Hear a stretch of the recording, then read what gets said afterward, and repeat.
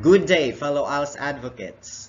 Our beloved ALS Regional Focal Person, Sir Adonis Mosquera, my fellow ALS Regional Corps of Trainers, our active, beautiful, and handsome mobile teachers and dalses from the different divisions, a pleasant day to all of you. Before anything else, let me introduce myself first. I am Mr. Francis Librando, Education Program Specialist for ALS from the school's Division of Capiz. By the way, how is everyone doing? I hope that you're all safe in your respective stations, knowing how dangerous for us to be out or to go out because of this pandemic. I know that most of you here are still not used of this kind of setup on our training kasi mas nasanay tayo sa face-to-face. Kung ako lang tatanungin, mas okay talaga ang face-to-face kasi we will have the chance to meet and greet each other in person, get along with our old and new ALS implementers, because I know ang iba dito sa inyo ay nakasama na namin sa ALS sa matagal na panahon. Gumala, and I know we love also to travel to other places to experience what they can offer to us. But sad to say, we can't do it because of our present situation. This is the new normal and we have to adjust. However, learning will not stop. Are you all set? So let's get started. Today, we will be discussing understanding the learning strand number 3, which is mathematical and problem-solving skills. Do you have with you the copy of the old and new curriculum? So if you have, we can use that as our guide as we go along. So at the end of this 2-hour session, the facilitator should have explained the goal and the main features of learning strand number 3, presented or emphasized the competencies in LS3, and lastly, demonstrated the actual integration of selected mathematical and problem-solving competencies with the related competencies in other learning strands.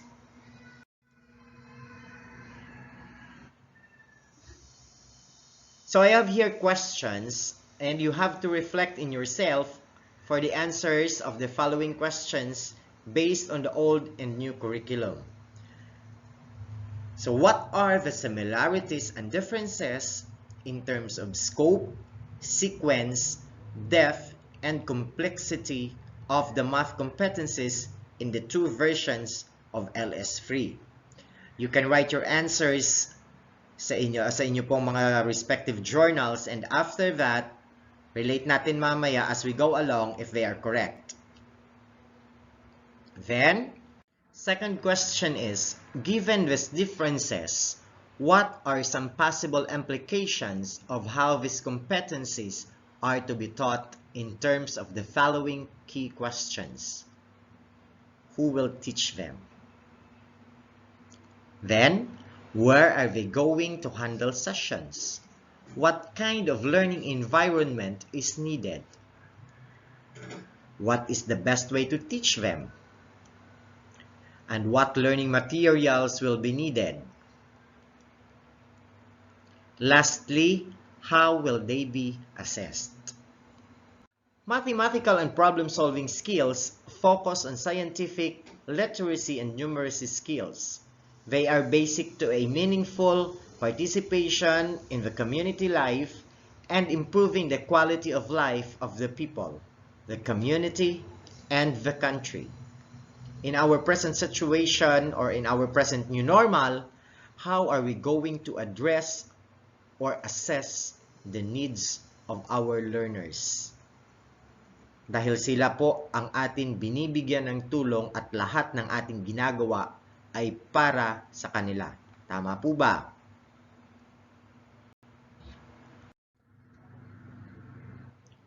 So at this time, I will be discussing with you the general content of learning strand number 3. Through this, you will have a clear understanding of this learning strand.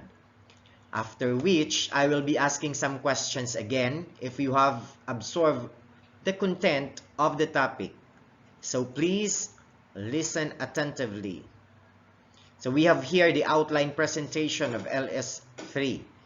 We have first overview of LS3, then the curriculum framework, then competencies of learning strand number 3, the content standards, the performance standards, the learning strand code, and lastly, the integration of LS3 competencies with the competencies of other learning strands.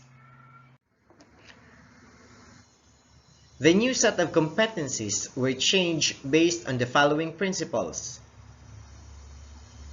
General rearrangement of competencies, like putting related competencies together for coherence and focus. Then, most of the competencies ask learners to perform multiple skills like reads, writes, and translates 2- and 3-digit whole numbers into words or words into symbols. These were disaggregated into simpler competencies like reads 2- and 3-digit whole numbers into words or words into symbols. Pinag-isa na lang sila. Then writes 2- and 3-digit whole numbers into words or words into symbols. Then translates 2- and 3-digit whole numbers into words or words into symbols. So these competencies were arranged based on the degree of cognitive demand. Example, between read and whole numbers and identify whole numbers. Reading must be done first before identifying whole numbers. Before division of fractions is multiplication. So competencies that are related to each other was integrated in order to save time in teaching that certain competency. There is no need for us to teach all the competencies if we could integrate it already with other competencies within and across the learning strands. Ibig sabihin po ay pwede po nating ituro ang multiple competencies in one setup lamang as long as we integrate them. So hinahanay din ang bawat competencies batay sa antas nito sa pagkatuto. The skills being taught range from simple to complex. Ika nga, hindi mo maaaring ituro ang division kung wala pang concept sa learner sa multiplication. The new set of competencies were changed on the following principles. To prepare learners for ALS Senior High School, competencies that are important for senior high school were identified and labeled. Additional real-life examples were included on some competencies. An exemplar is given below. 1.1. Identify the loss of exponent on real-life situations. The growth of bacteria in a community is in exponential form. The interest of an investment in a bank is in exponential form. The computation of loan interest is in exponential form. So in the K-12 curriculum, we are developing a lifelong learners. Hindi sapat ang mga natutuhan nila na concept kung hindi nila maia-apply in their day-to-day living. That is why, in the new set of competencies, there is additional real-life examples for them to deal with.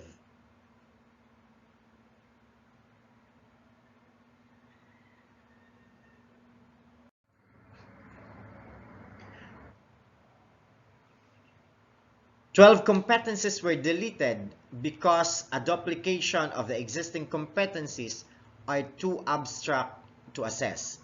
Exemplars are given below. Ito yung mga examples. Uses of mean, median, and mode, and measures of variation to analyze and interpret data to solve problems in daily life. Duplication na po siya, kaya dinilit po.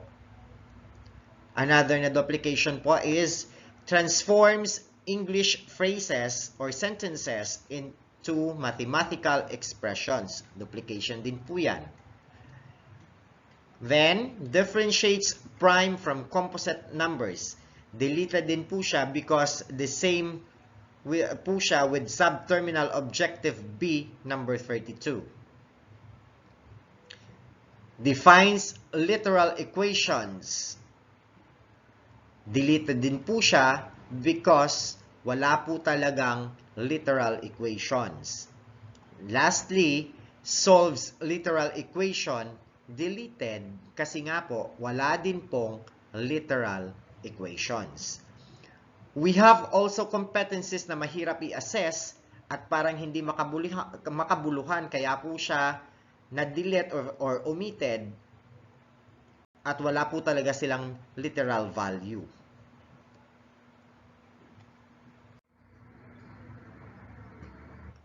For our learning strand code, everyone kindly familiarize yourself with the learning strand code we have here. We have for learning strand number 1, communication skills, and the learning strand code is LS1 CS. Learning strand 2, scientific literacy and critical thinking skills, or LS2 SC. For our topic this morning, we have learning strand number 3, or the mathematical and problem-solving skills. Sa curriculum po makikita po natin LS3 MP. Then learning strand number 4, life and career skills. Sa learning strand code po niya, LS4 LC. Learning strand number 5, understanding the self and the society, LS5 US. And for learning strand number 6, digital literacy. Supposed to be, dapat po na ng central office na i-edit ito kasi nga po, ang gamit po nating term ngayon for LS strand number 6 is not digital literacy but digital citizenship. So if you have noticed po sa mga curriculum guides po natin, still digital literacy po yan and the coding is LS6 DL. So hinihintay po natin yung go signal ng central office if we can edit na po sa ating learning strand number 6. Then for our ALS code legend, we have the ALS level, we have the basic literacy, the elementary level or lower elementary, the advanced elementary level, the junior high school, and the senior high school. So sa ating po makikita po natin sa ating curriculum, we have the ALS level code. We have the BL, LE, AE, LS, and AS. So narito na po. For on our examples po kanina sa first question. Di po ba nagtanong po ako sa inyo if what are the similarities na na-notice po ninyo sa old and new curriculum. So narito na po siya. We have from the old, we have the narrative or the description for our enhanced K-12 basic education curriculum.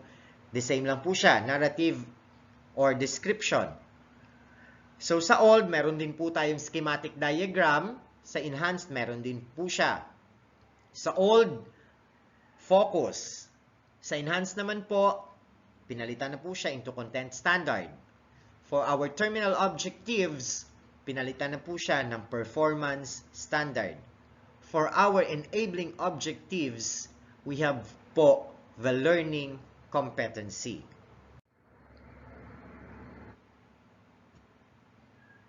So the ultimate goal of this learning strand is to develop individuals to be aware of their own thinking, able to make critical informed decisions, defend their ideas, and evaluate the ideas of others, thus becoming persistent in striving for new ways to solve problems. So this picture shows how the hierarchy of learning is being presented from the lowest to the highest level. So this is based on rigorous level of cognitive demand of mathematics activity. Parang Bloom's taxonomy din po siya, from simple to complex. Kay rigor naman po, we have first to remember, then we have to understand. So after which we have to analyze, then we have to apply, and lastly, create. So the competencies of the IELTS K-12 basic education curriculum are logically sequenced from simple to complex based on the cognitive demand and nature of the mathematics subject area. The ALS mathematics curriculum contains the following performance standards. So we have here performance standard A includes the desirable attitudes and values reflected on the learner's behavior within or beyond mathematics classes. Performance standard B includes K-12 curriculum competencies on number and number sense. It comprises topics on whole numbers, fractions, decimal, ratio and proportion, percentages, and sets and integers. For performance standard C includes K-12 curriculum competencies in geometry. It includes topics like undefined terms in geometry, the study of plane and surface figures, the different shapes and their properties, and their applications in real-life objects and situations. Next, we have Performance Standard D. It includes K-12 curriculum competencies in measurement. The topics are perimeters, area, circumference, and volume in different units, and their applications in real-life situations. While Performance Standard E includes K-12 curriculum competencies in patterns and algebra.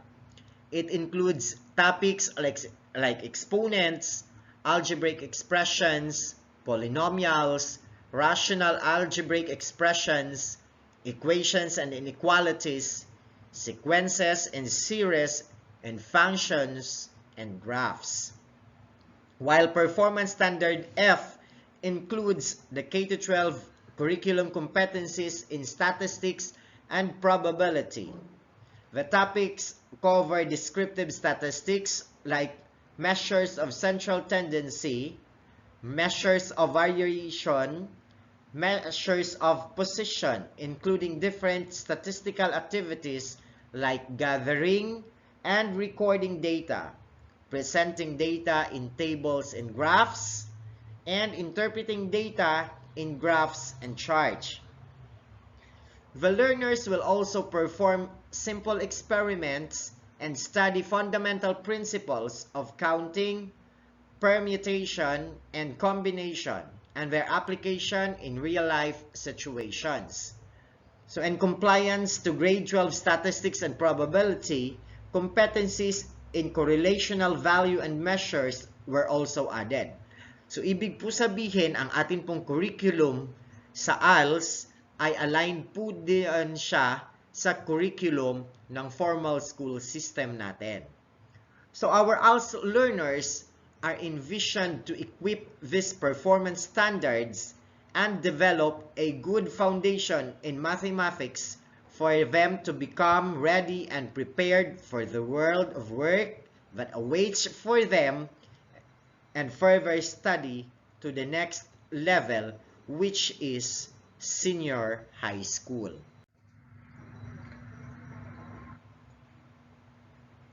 So we have here our sample of our curriculum guide. So as you have noticed, we have at the very top, let me highlight this first. This one po is our content standard, which is the numeracy skills. Then, ang performance standard po niya is, sa kabuuan po is acquire mathematical skills for personal and social effectiveness. So ito na po siya, performance standard A. Show desirable attitudes and values in the application of mathematics in daily life. We have here first, number 1, we have our learning competency. Demonstrates the importance and value of mathematics as a means of communicating and solving problems in daily life. Examples of which are computing and comparing costs of goods to make a decision on which to buy. So sa coding po natin sa ALS, we have here LS3 MP. So ito po yung coding natin kanina na na-discuss a while ago. We have NS or Performance Standard A. Yung NS po stands for Numeracy Skills. Performance Standard A, we have LE, AE, LS, and AS1. So meaning to say, pwede po natin siyang ituro sa lower elementary, advanced elementary, lower secondary, and advanced secondary. Pag nakita po natin sa competencies po natin or sa our learning competency na may check po, eto po siya, the lower elementary, that is from grades 2 to 3, then grades 4 to 6 for our advanced elementary. For our junior high school, may check din po siya, and for our senior high school, meron din po. So, meaning to say, pwede po natin siyang ituro sa ganitong mga level. Except lang po kay IBL. Meaning to say, kay basic literacy natin or sa BLP learner po natin, hindi po natin siya pwedeng ituro. Kasi po, mas kailangan po ni BL ang basic learning. So, narito po, learning competency number 2. Demonstrates creativity, interest, and curiosity in asking questions, defining problems, considering different strategies, and finding appropriate solution to problems through mathematics. Example, analyzing the given data in a problem and identifying what mathematical operation will be applied to solve problems. Hindi po siya kita. So, we have here another sa ALS coding po. Ito po siya, LS3 MP, Numeracy Skills, Performance Standard A. Again, pwede na po siya sa basic literacy or ating BL. LE or our lower elementary, AE for our advanced elementary, LS for our lower secondary, and AS for our advanced secondary. Kung nakikita po natin itong number 1 na to, ito po siya, meaning to say po, number 1, learning competency. Then, at ito naman po siya, number 2, learning competency. Si learning competency number 2 po, pwede na po siyang ituro from basic literacy up to our advanced secondary, which is senior high school. Then, learning competency number 3. Pwede lang po siya. We have expresses satisfaction in mastery of new ways of thinking through application of mathematics. Example, deciding the shortest and most accurate way of solving problems in daily life that require mathematical solutions. Ito po siya ang coding natin. LS3MP, Numeracy Skills, Performance Standard A, Lower Elementary, Advanced Elementary, Lower Secondary, and Advanced Secondary. Na-notice na po natin, number 3 na po siya. Ito po. Then, applicable po si Learning Competency number 3 kay lower elementary, kay advanced secondary, kay junior high school, at kay senior high school or our AS. And lastly, excuse po, integrates mathematics with disciplines such as economics, agricultural studies, communication arts, science and technology, geography, cooking, architecture, music. Example, use of comprehension skills in analyzing problems that would lead to the most accurate way of solving the problem or interpret the number of beats, musical notes, or rest in a musical composition. So, ito po siya, another coding po natin. Then, pwede po siyang ituro sa lower elementary, advanced elementary, junior high school, at senior high school. So these competencies, yung mga competency pong ito sa LS3, pwede po natin siyang i-integrate within the learning strand number 3 lang po, or pwede din po across other learning strands. So meaning to say, may mga competencies din po na related kay LS3. Say for example, or learning competency number 4, pwede po natin siyang ma-relate or mahanapan ng other competencies or sub-competencies kay learning strand number 1, English communication skills. Pwede din po tayong maghanap ng learning competency sa learning strand number 2, which is scientific and critical thinking skills. Pwede din po siya sa learning strand number 4 or the life and career skills. Kasi if we have noticed comprehension skills, yung comprehension skills po pwede po siya sa communication skills po natin sa English. Then another po is analyzing problems that would lead to the most accurate way of solving the problem. Pwede po siya sa life and career skills. Applicable din po siya. Naiintindihan po ba natin? So we have here our next slide. We have here another example of our curriculum guide. We have here our performance standard B. We have acquire mathematical skills for personal and social effectiveness. So for our content standard, the same po siya, numeracy skills. For our performance standard B, we have communicate ideas using mathematical symbols and expressions. That is our performance standard B. Ito po siya. Then for our learning competency, we have learning competency number 1, read whole numbers. Pwede po natin siyang ma-integrate kay learning strand number 1, communication skills. Read. Di po ba? Pwede po. Hanapan po natin ng related competencies or sub-competencies doon para po hindi na po natin maituro ang the rest of the competencies kasi po napakarami po siya. And if we have noticed, nakafocus po siya kay BL. Kung kay BL po natin, nakafocus po siya from kinder to grade 1.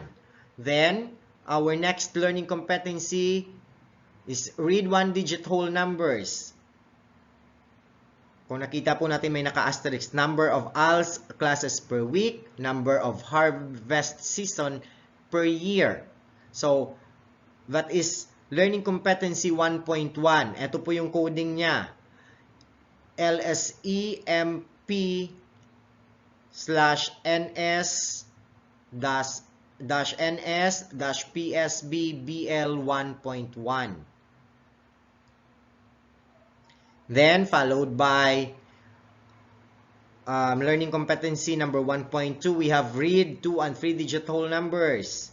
Pwede na po siya sa dates in calendars. We have birthdays, anniversaries, holidays, historical events, house number, clothes and shoes, sizes, bus number, cars, plate numbers, and etc. We have also here height and weight of learners, road signs on speed limit of cars and other vehicles, pressure gauge readings, product labels, we have ingredients, composition, weights, contents, and expiration dates. So the same po siya, applicable po siya kay BL learner natin. So yung coding po dito for ganito po siya, marami po siyang sub-competencies. We have LS3MP-NS-PSB-BL1.2. Then we have also 1.3. Read or symbols or numbers of 4 to 6-digit whole numbers. We have population of province, country, region or world. We have sweepstakes and lotto prizes, income or expenditure of individuals, households, municipalities, and provinces. So applicable na po siya for our lower elementary from grades 2 and 3. So ito naman po yung ating mathematical problem or mathematical and problem solving skills na coding. We have LS3 MP. So meaning to say, learning strand number 3, mathematical and problem solving skills. We have NS stands for the content standards, which is the numeracy skills. For PSB, we have performance standard B. PSB, we have performance standard PSA po sa kaisa-isa kanina, we have performance standard A. For our levels, we have BL, LE, AE, LS, and AS.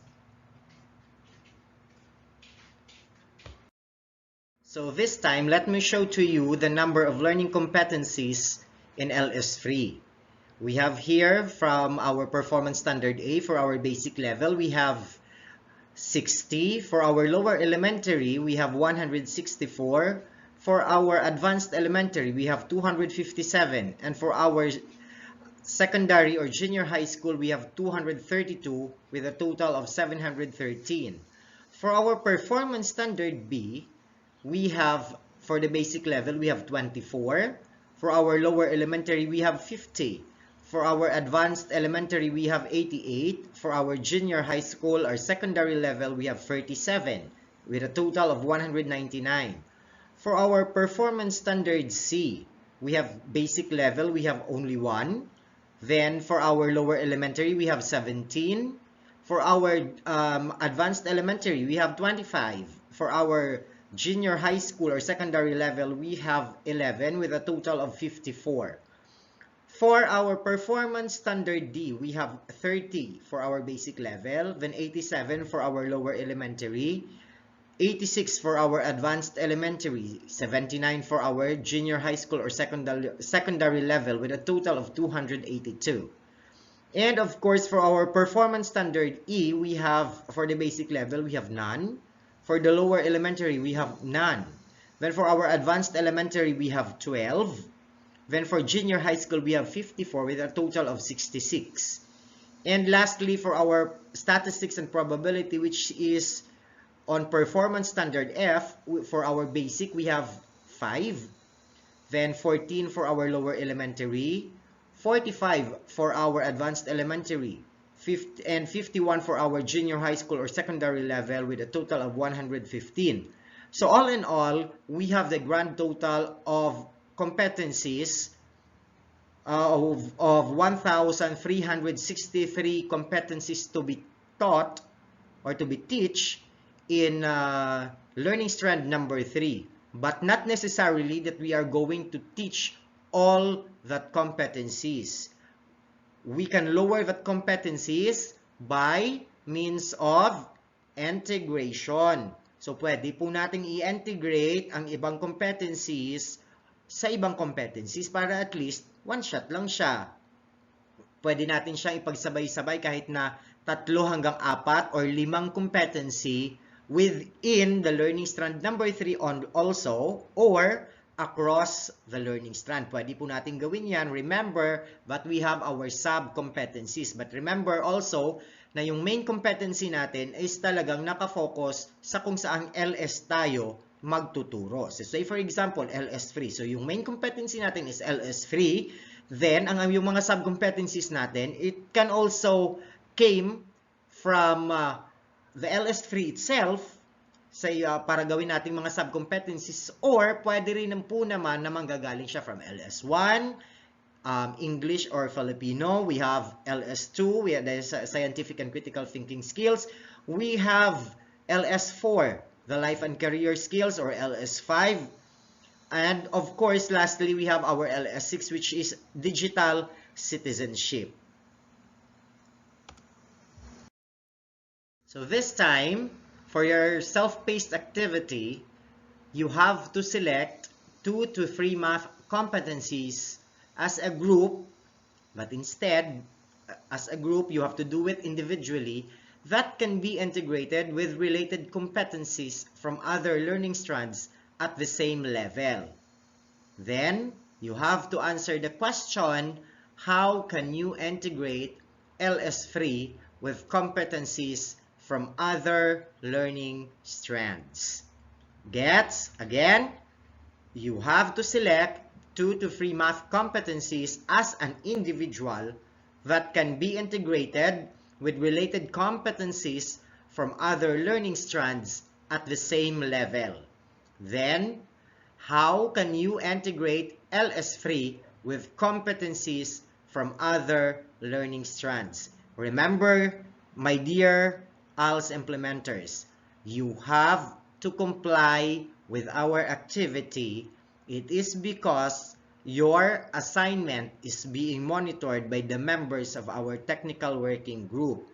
We will see to it that everybody has submitted their task before we give your certificates. Meaning, prerequisite po ang pagsagot sa bawat activities for you to get your certificate dito po sa ating training. Clear na po ba? Then, you have also to write on your journal, if you have your journal with you, this 1-minute reflection paper. So each participant will write a 1-minute reflection paper on their learnings and insights gained from the presentation of the topics under Learning Strand number 3, Mathematical and Problem-Solving Skills. Again, bawat isa po ulit. Each participant will write a 1-minute reflection paper on their learning and insights gained from the presentation of the topics under Learning Strand number 3, Mathematical and Problem-Solving Skills. So before I end my topic, let me tell something about mathematics.